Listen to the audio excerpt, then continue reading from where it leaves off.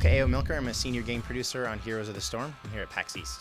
So let's talk a little about some of the characters that you guys have created, the heroes. Sure. So at PAX East, we're revealing a couple new heroes that have never been played before. We have two new support heroes, which are Brightwing and Lily.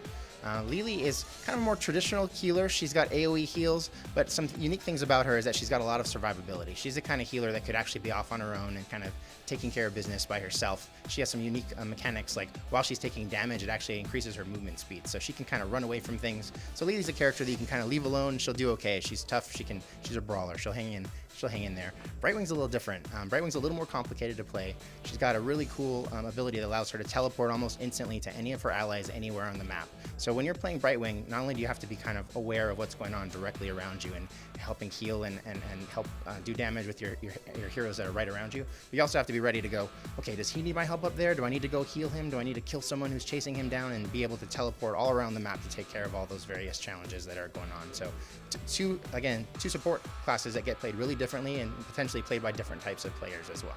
So both of them are in there now. They're actually going to be added to the game just next week with the build update that we're doing. So people in our technical alpha that's going on are going to be able to play them right now. We also showed two new heroes that have never been seen before. They're in development.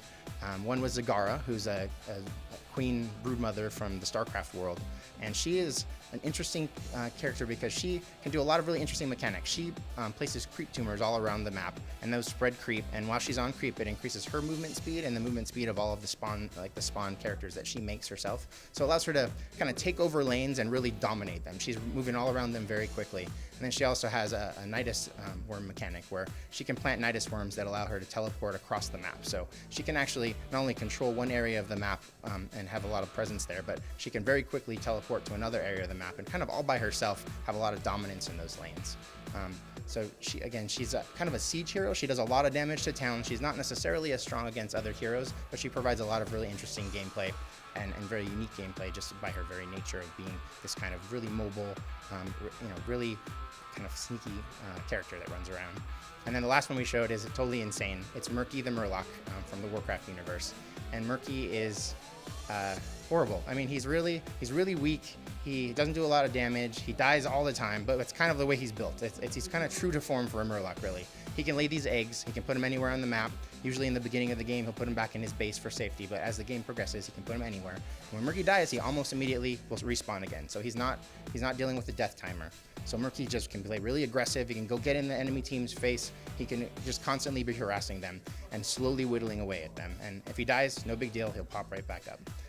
The enemy team can find that egg and kill it, and if they do that, then he's out for a while. But in the meantime, it's a totally different way to play because you have to approach Murky differently than you would other heroes in the game because he's so different, right? Like, even though he's not doing a lot of damage and it's a little bit at a time, he's going to win this war of attrition where if you don't deal with him, he's going to get you eventually, right? One way or another, he's going to get you.